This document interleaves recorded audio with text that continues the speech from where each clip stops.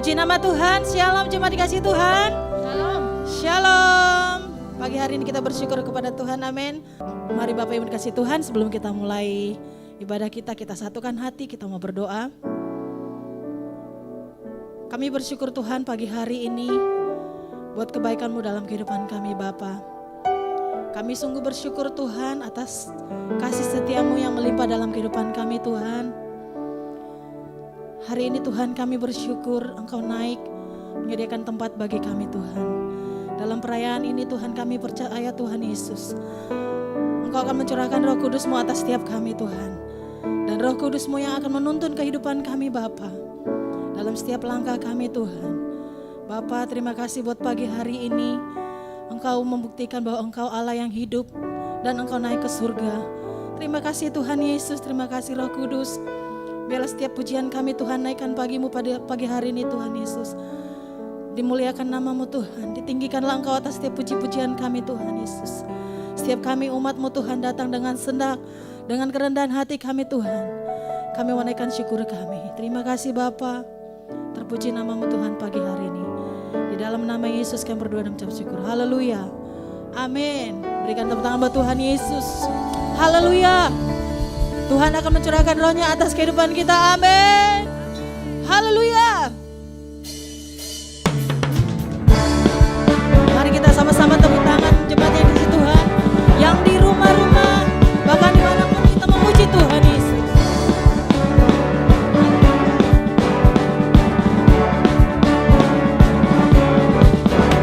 Tuhan curahkan roh-Mu atas manusia di bumi.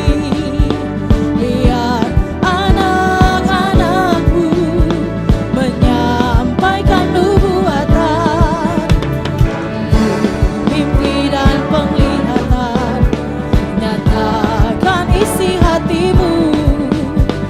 Biar iman kami bangkit, surga nyatakan kedahsyatan hari-Mu.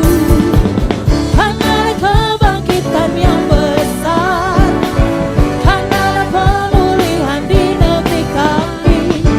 Kan ada kebangkitan yang besar, yang berseru kepada Yesus diselamatkan. Haleluya. Tuhan curahkan roh-Mu atas manusia di bumi. Biar anak-anak-Mu menyampaikan nubuatan, mimpi dan penglihatan, nyatakan isi hati-Mu. Biar iman kami bangkit, surga nyatakan kedahsyatan hari-Mu. Kan ada kebangkitan yang besar, kan ada pemulihan di negeri kami. Kan ada kebangkitan yang besar, yang berseru kepada Yesus diselamatkan.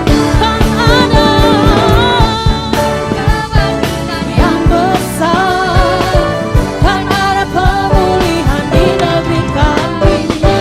Kan ada kebangkitan yang besar, yang berseru kepada Yesus diselamatkan. Tepuk tangan di atas kepala yuk. Kan ada kebangkitan yang besar, kan ada pemulihan di negeri kami. Kan ada kebangkitan yang besar, yang berseru kepada Yesus diselamatkan. Yang berseru kepada Yesus diselamatkan. Yang berseru kepada Yesus diselamatkan.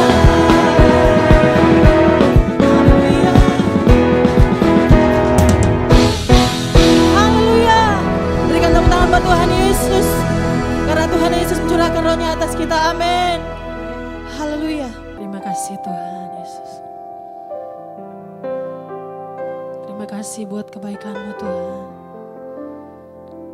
Terima kasih buat roh-Mu yang manis. Terima kasih Tuhan.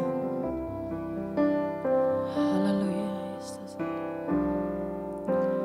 Ya Roh Kudus, ku haus padamu.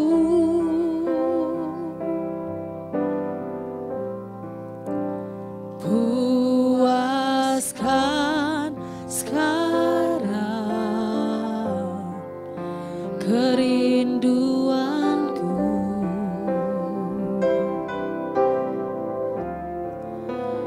Ya Roh Kudus, Kau menuntunku.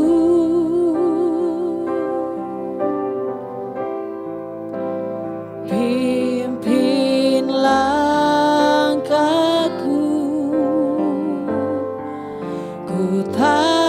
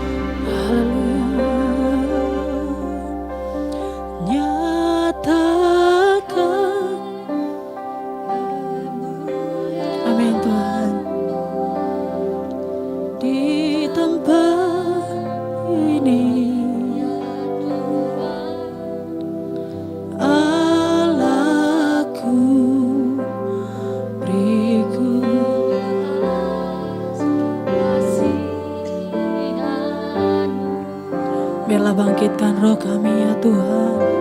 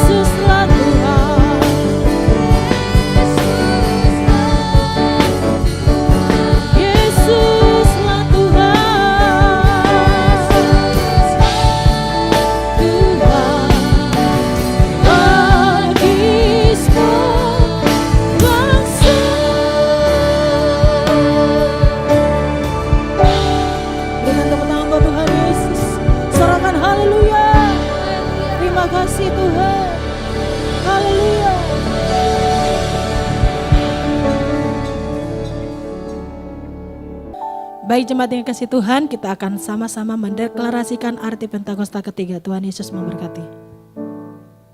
Pentakosta ketiga. 1. Pentakosta ketiga adalah pencurahan Roh Kudus yang dahsyat di zaman ini, melebihi yang terjadi di Azusa Street. 2. Pentakosta ketiga akan mengakibatkan penuaian jiwa yang terbesar dan yang terakhir sebelum Tuhan Yesus datang kembali. 3. Pentakosta ketiga akan membangkitkan generasi Yeremia, yaitu anak-anak muda yang dipenuhi Roh Kudus, cinta mati-matian kepada Tuhan Yesus, tidak kompromi terhadap dosa, dan akan bergerak untuk memenangkan jiwa. 4. Pentakosta ketiga lahir di Indonesia dan bergerak ke bangsa-bangsa. Gerakan ini dari timur ke barat dan akan kembali ke Yerusalem. 5. Pentakosta ketiga akan memberikan kuasa untuk menyelesaikan amanat agung, dan setelah itu Tuhan Yesus datang kembali.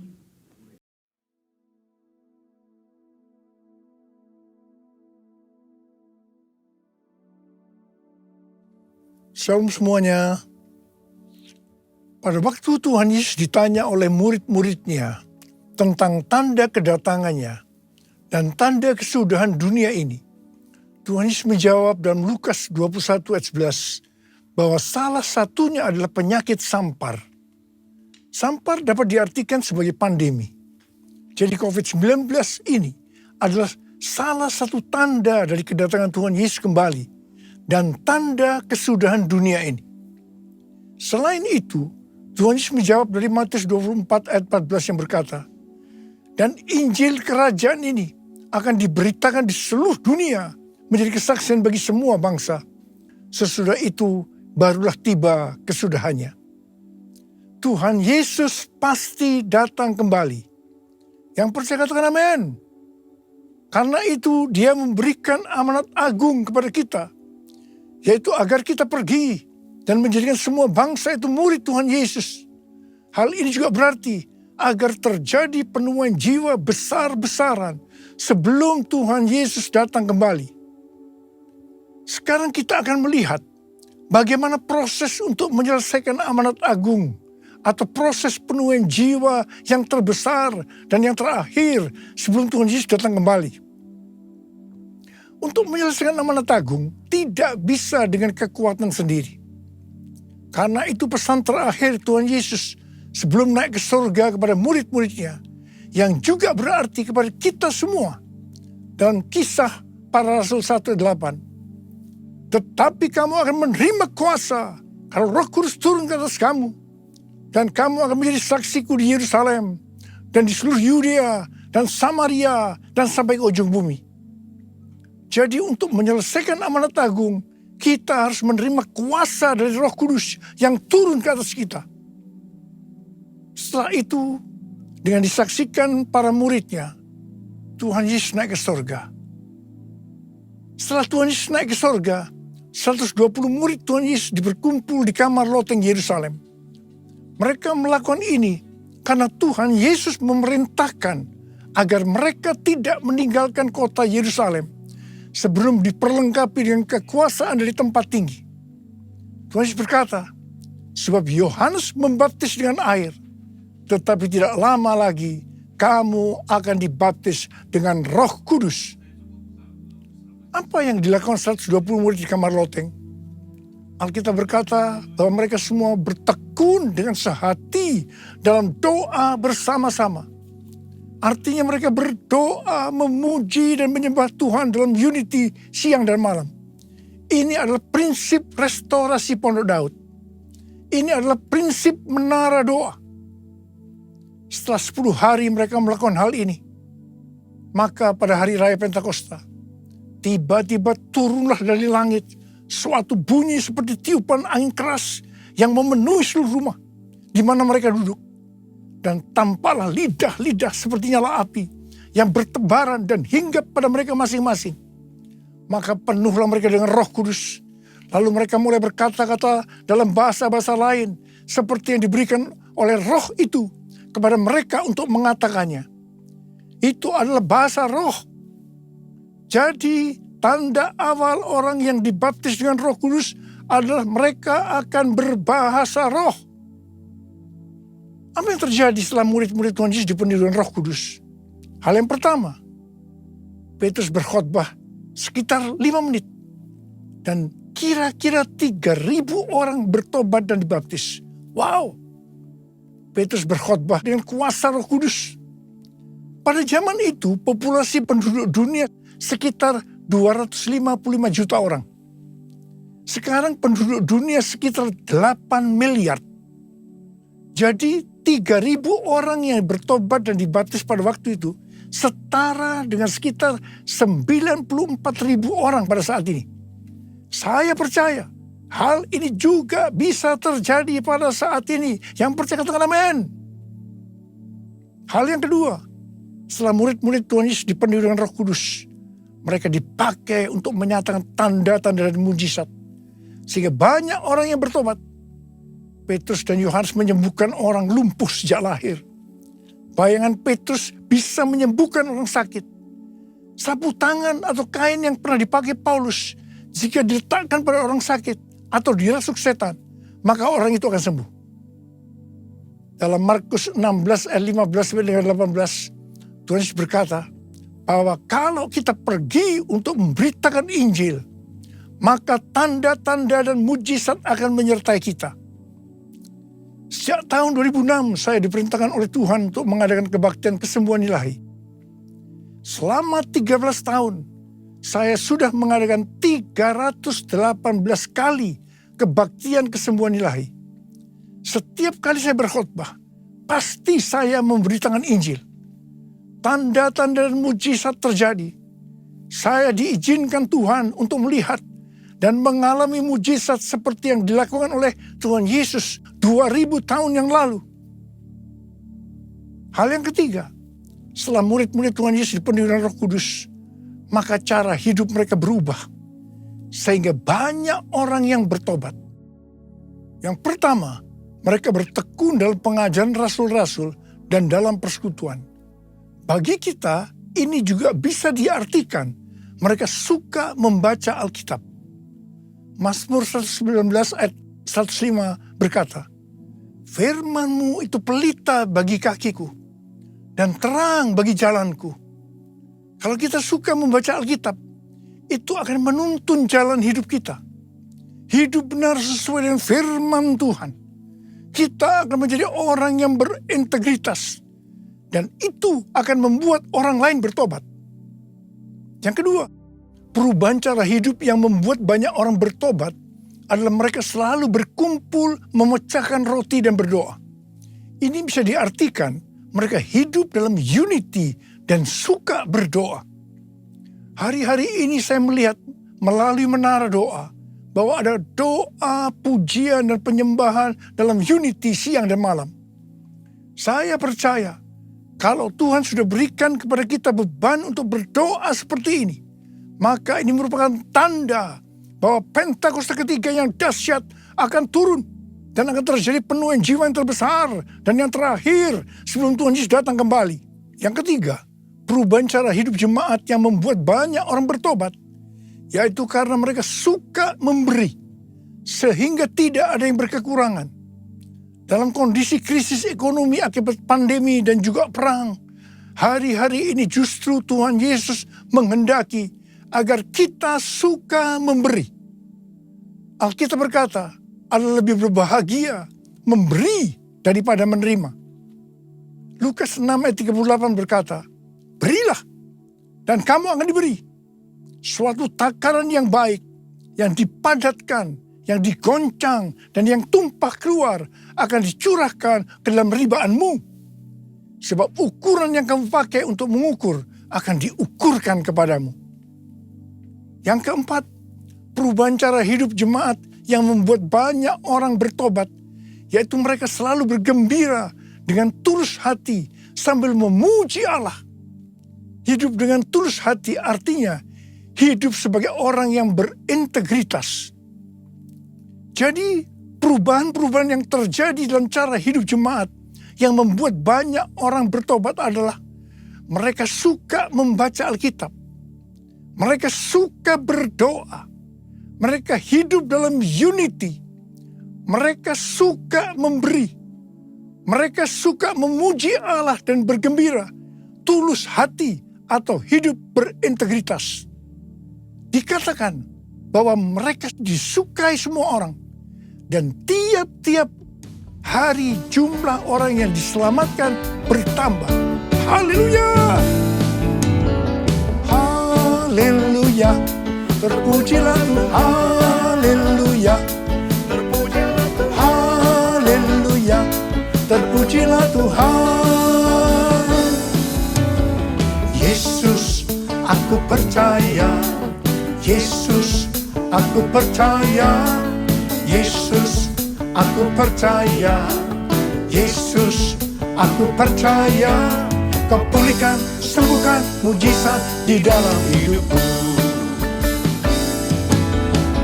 Haleluya. Terpujilah Tuhan. Haleluya. Terpujilah Tuhan. Haleluya. Terpujilah Tuhan. Terpujilah Tuhan. Terpujilah Tuhan. Haleluya. Saya percaya mereka menganggap bahwa pola penuaian jiwa hanya seperti itu. Mereka sebagai orang-orang percaya hidup dalam zona nyaman. Mereka biasa berkumpul dalam unity sambil membaca Alkitab, berdoa, dan memuji Tuhan dengan sukacita. Tidak ada yang berkekurangan. Wow, siapa yang tidak mau menjadi orang Kristen? Tetapi ternyata supaya penuaian jiwa bertambah besar, Tuhan izinkan proses berikutnya terjadi. Yaitu aniaya menimpa jemaat di Yerusalem.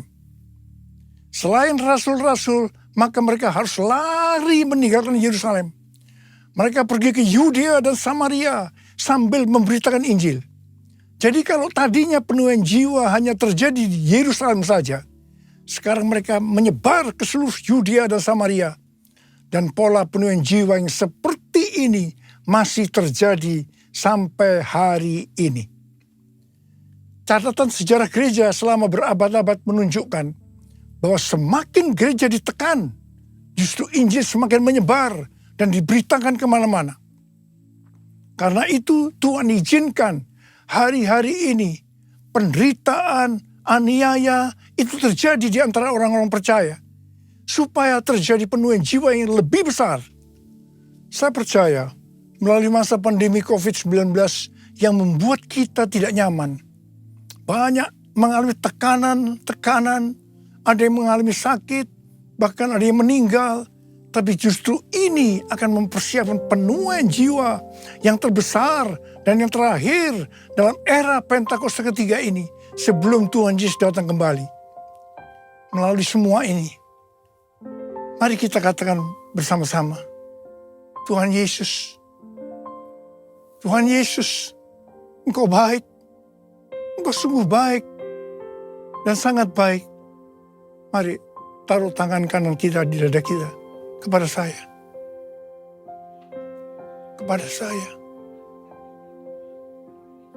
Yesus, Engkau baik, sungguh baik, sangat baik.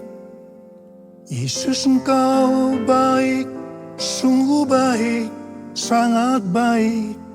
Kasih-Mu tak berkesudahan. Kasih-Mu kekal selamanya.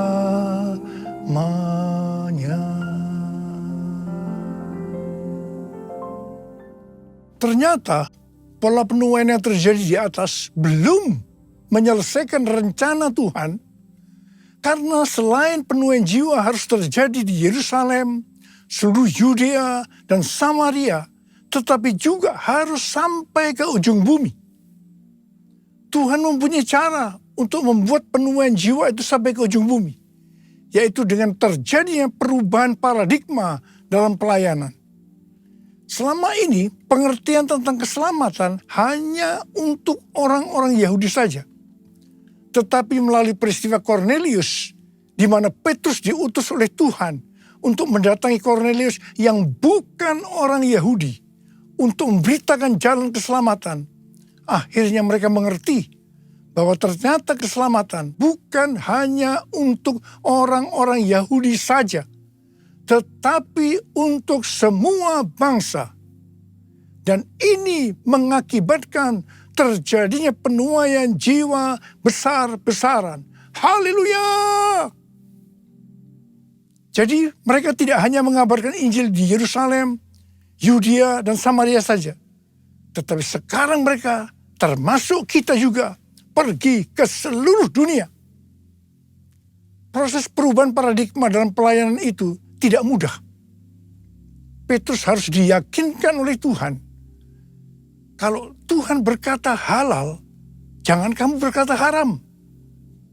Orang-orang yang bukan Yahudi adalah haram di mata orang Yahudi. Proses itu masih terus berlanjut untuk memberikan pengertian kepada orang-orang Yahudi, golongan bersunat, dan juga orang-orang Farisi yang sudah bertobat, di mana mereka berpendapat bahwa orang yang bukan Yahudi yang percaya kepada Tuhan Yesus harus disunat dan diwajibkan mengikuti hukum-hukum Musa. Tetapi melalui sidang di Yerusalem, akhirnya mereka mengerti dan bisa menerima bahwa keselamatan bukan hanya untuk orang-orang Yahudi saja, tetapi untuk semua bangsa. Katakan amin. Layaklah segala bangsa sujud kepadamu, sebab Kau Allah yang kudus, layak disembah. Layaklah segala bangsa sujud kepadamu,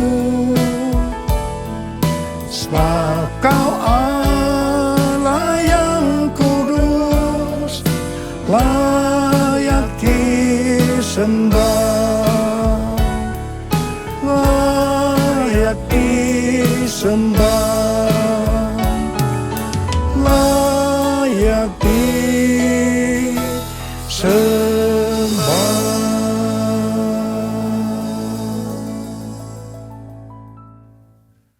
Kita diingatkan bahwa tema tahun 2022 yang lalu adalah tahun paradigma yang baru. Di sini Tuhan mengingatkan bahwa untuk menyelesaikan amanat agung, kita akan dituntun oleh Roh Kudus untuk menggunakan paradigma yang baru atau cara-cara yang baru. Tahun 2023 adalah tahun untuk bangkit dan jadi pemenang. Kita harus lebih peka terhadap tuntunan Tuhan supaya menjadi pemenang. Pada awal pelayanan saya termasuk salah seorang yang dipakai oleh Tuhan untuk melakukan paradigma yang baru dalam pelayanan untuk menyelesaikan amanat agung. Sebagai contoh, dalam hal membuka gereja baru. Dalam hal cara ibadah dengan doa, pujian, dan penyembahan. Dalam hal tempat ibadah yang dilakukan bukan di gedung gereja dan lain-lainnya. Semua itu selalu diawali dengan pro dan kontra. Sama dengan yang terjadi pada waktu zaman kisah para rasul tadi. Pada tahun 2009, Tuhan berbicara kepada saya bahwa Tuhan akan mencurahkan Roh Kudus sehingga akan terjadi pencurahan Roh Kudus yang dahsyat. Pada saat Roh Kudus dicurahkan, akan terjadi peristiwa seperti yang terdapat dalam Yoel 2 ayat 28 sampai dengan 32. Di sini disebutkan bahwa pada saat Roh Kudus dicurahkan akan ada 3 tanda yang terjadi. Tanda pertama sesuai dengan Yoel 2 ayat 28 dan 29 bahwa anak-anak, pemuda, dan orang tua akan dipakai oleh Tuhan secara luar biasa. Amin. Tanda yang kedua sesuai dengan Yoel 2 ayat 30 maka akan terjadi mujizat yang luar biasa. Tanda ketiga, sesuai dengan Yoel 2 ayat 31, maka akan terjadi goncangan-goncangan yang dahsyat. Dengan adanya 3 tanda ini, maka Yoel 2 ayat 32 akan digenapi. Akan banyak orang yang berseru kepada nama Tuhan. Dan mereka yang berseru kepada nama Tuhan akan diselamatkan. Ini berarti akan terjadi penuaian jiwa yang besar. Roh Kudus, Kau hadir di sini. Roh Kudus, ku mengasihimu. Kau lembut, Kau manis, Kaulah penghiburku, penolongku, diutus Bapakku. Ku buka hati untuk Roh-Mu Tuhan.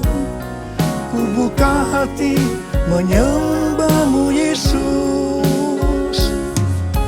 Jamahlah kami, penuhi kami dengan kuasa Allah Maha Tinggi. Dengan kuasa Allah Maha Tinggi. Dengan kuasa Allah Maha Tinggi. Sejak tahun 2009, hampir di setiap khotbah, saya selalu mengingatkan tentang goncangan-goncangan ini. Dan ini terjadi hampir sekitar 10 tahun. Siapa mengira bahwa yang disebut dengan goncangan ini adalah pandemi COVID-19 di mana di Indonesia dimulai pada tanggal 2 Maret 2020. Kita melihat selama ini bahwa dengan adanya pandemi COVID-19 ini telah terjadi perubahan paradigma dalam pelayanan. Pelayanan secara online terbukti merupakan alat untuk mempercepat penyelesaian amanat agung, yaitu dengan semakin cepat dan banyaknya orang yang mendengar dan mengenal Injil Kerajaan Allah. Pada tanggal 8 Februari 2023, dimulainya kebangunan rohani di Asbury University, Kentucky. Yang mereka lakukan adalah berdoa, memuji, dan menyembah Tuhan dalam unity siang dan malam. Ini adalah prinsip restorasi Pondok Daud. Ini adalah prinsip menara doa. Kebangunan rohani ini menyebar ke kampus-kampus lain di Amerika Serikat. Seperti di Lee University, Oral Roberts University, dan lain-lain. Berita kebangunan rohani melanda ke seluruh dunia. Revival di Asbury University ini merupakan bagian dari penggenapan Pentakosta ketiga, di mana Tuhan melawat generasi Yeremia, yaitu anak-anak muda yang dipenuhi Roh Kudus, cinta mati-matian kepada Tuhan Yesus, tidak kompromi terhadap dosa, dan akan memenangkan banyak jiwa. Melalui revival di atas ini, Tuhan menunjukkan bahwa pola penuhin jiwa ke depan ini, saya percaya sampai dengan Tuhan Yesus datang kembali, adalah melalui menara doa. Doa, pujian, dan penyembahan bersama-sama dalam unity siang dan malam. Pelayanan seperti ini di kampus-kampus sudah berakhir. Tetapi Tuhan sedang memunculkan di Amerika Serikat yang disebut dengan Third Pentecost Azusa Street Prayer Tower. Di mana pada tanggal 14 dan 15 April sudah diresmikan, sudah didedikasikan. Azusa Prayer Tower adalah tempat untuk berdoa bagi kebangunan rohani global Pentakosta ketiga. Pelayanan dan pelatihan di dalam pusat kota Los Angeles, California. Lokasinya adalah 156 kaki, sekitar 46,6 meter dari Azusa Street Revival yang dipimpin oleh William Seymour tahun 1906. Azusa Prayer Tower ini adalah penggenapan nubuatan dari Cindy Jacob bahwa gerakan Pentakosta ketiga ini dimulai dari timur ke barat. Dan barat ini adalah Amerika Serikat. Dari Amerika Serikat akan menyebar ke seluruh dunia dan kembali ke Yerusalem. Banyak hamba Tuhan mendapatkan bahwa kita harus memperhatikan dengan seksama untuk 10 tahun ke depan, yaitu sampai dengan tahun 2033. Tahun 2033 adalah peringatan penginjilan yang ke-2000 tahun. Peringatan kematian, kebangkitan, dan kenaikan Tuhan Yesus ke sorga yang ke-2000 tahun. Juga peringatan pencurahan Roh Kudus yang berarti peringatan hari ulang tahun gereja yang ke-2000 tahun.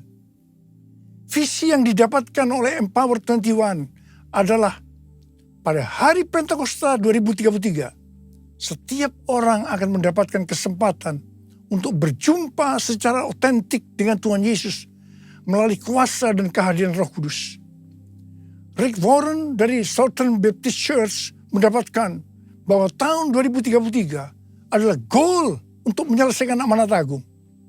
Untuk menyelesaikan amanat agung tidak bisa dengan kekuatan sendiri, tetapi harus dengan kuasa Roh Kudus. Karena itu kita harus dipenuhi Roh Kudus.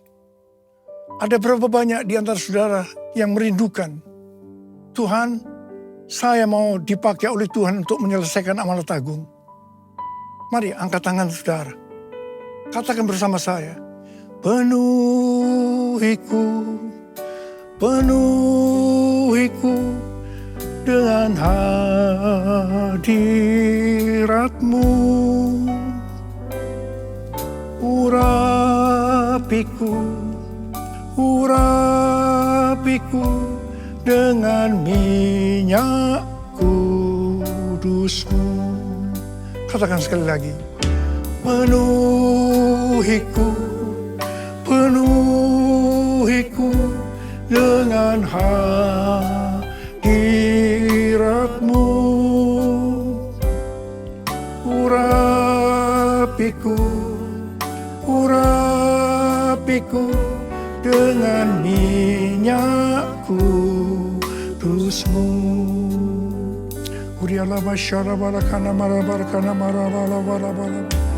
Uriala la la la bala bala bala bala bala bala bala bala. Uriala la la la bala bala bala bala. Penuhi kami dengan Roh-Mu Tuhan. Penuhi kami, urapi kami Tuhan. Urapi kami, berikan kami kuasa Roh Kudus untuk menyelesaikan amanat agung Tuhan Yesus.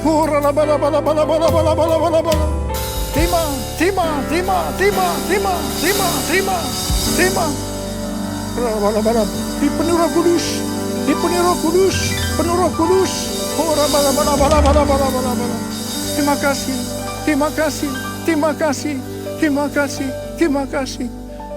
Terima kasih Abba. Dalam nama Yesus. Amin.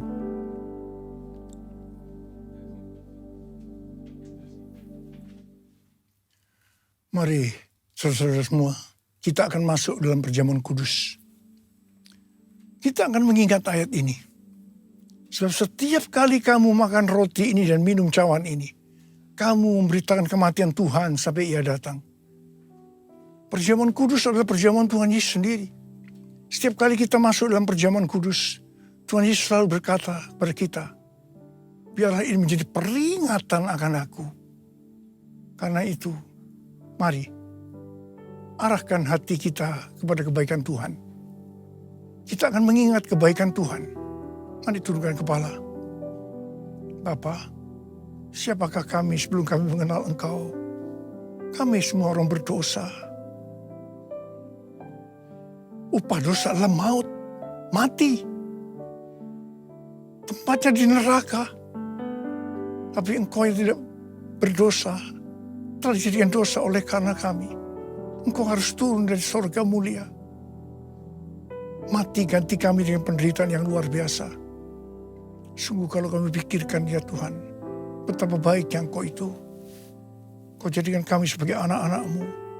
Engkau berkati, Engkau tuntun, Engkau bela, Engkau sembuhkan kami. Engkau penuhi kami dengan Roh-Mu. Terima kasih Bapa. Engkau juga tegur kalau kami salah ya Tuhan. Engkau hajar kami. Itu Engkau ya Aba. Itu Engkau ya Aba. Tuhan akan memberkati kita semua melalui perjamuan kudus. Tapi Tuhan mau kita makan dan minum dengan cara yang benar. Karena itu masing-masing berdoa. Introspeksi, lihat keadaan dirimu masing-masing. Jangan menyimpan dosa. Kalau ada dosa yang Tuhan ingatkan saat ini, langsung minta ampun. Minta ampun, minta ampun. Supaya kita diberkati, supaya kita diberkati oleh Tuhan. Ampuni, ampuni ya Tuhan. Ampuni, ampuni anak-anak-Mu semua. Ampuni kami semua ya Tuhan. Ampuni. Bapa layakan kami untuk masuk dalam perjamuan kudus. Kami akan masuk dalam perjamuan kudus dengan hati yang penuh dengan ucapan syukur. Dalam nama Yesus kami berdoa. Amin.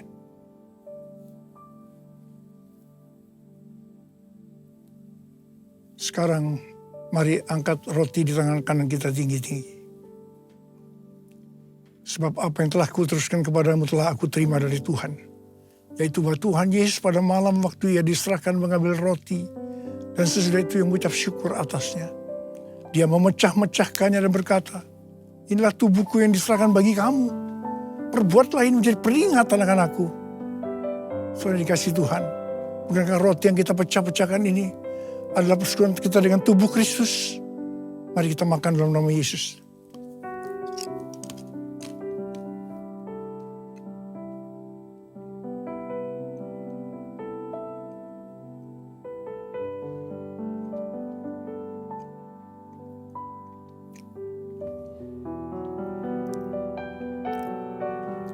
Angkat cawan di tangan kanan kita tinggi-tinggi. Demikian juga ia mengambil cawan sesudah makan lalu berkata, cawan ini adalah perjanjian baru yang dimeteraikan oleh darahku. Perbuatlah ini setiap kali kamu meminumnya menjadi peringatan akan aku. Saudara yang kasih Tuhan, bukankah cawan pengucapan syukur yang atasnya kita ucapkan syukur adalah persekutuan kita dengan darah Yesus? Mari kita minum dalam nama Yesus.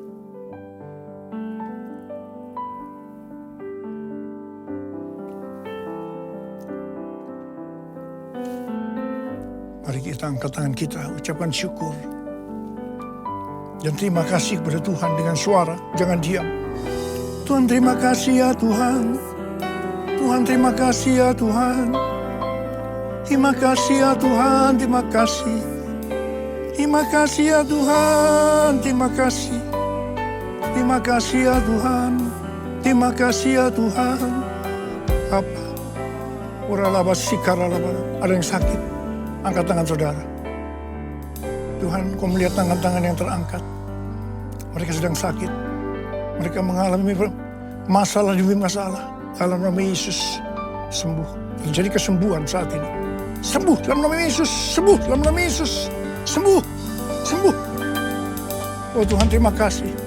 Terima kasih. Makasih ya Tuhan, terima kasih. Terima kasih ya Tuhan, terima kasih.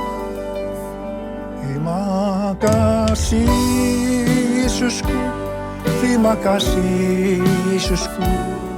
Puji syukur hanya bagi Tuhanku.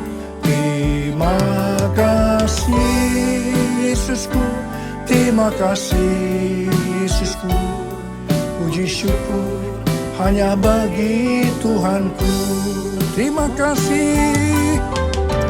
Terima kasih Yesusku, terima kasih Yesusku. Puji syukur hanya bagi Tuhanku. Terima kasih Yesusku, terima kasih Yesusku. Puji syukur hanya bagi Tuhanku. Puji syukur hanya bagi Tuhanku. Puji syukur hanya bagi Tuhanku.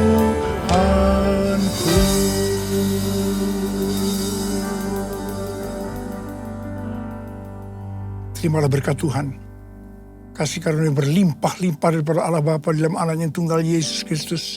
Persekutuan yang manis dengan Roh Kudus menyertai saudara sekalian mulai hari ini. Sampai Tuhan Yesus datang menjemput kita di awan-awan dan bahkan sampai selama-lamanya. Yang percaya bersama-sama katakan, Amin.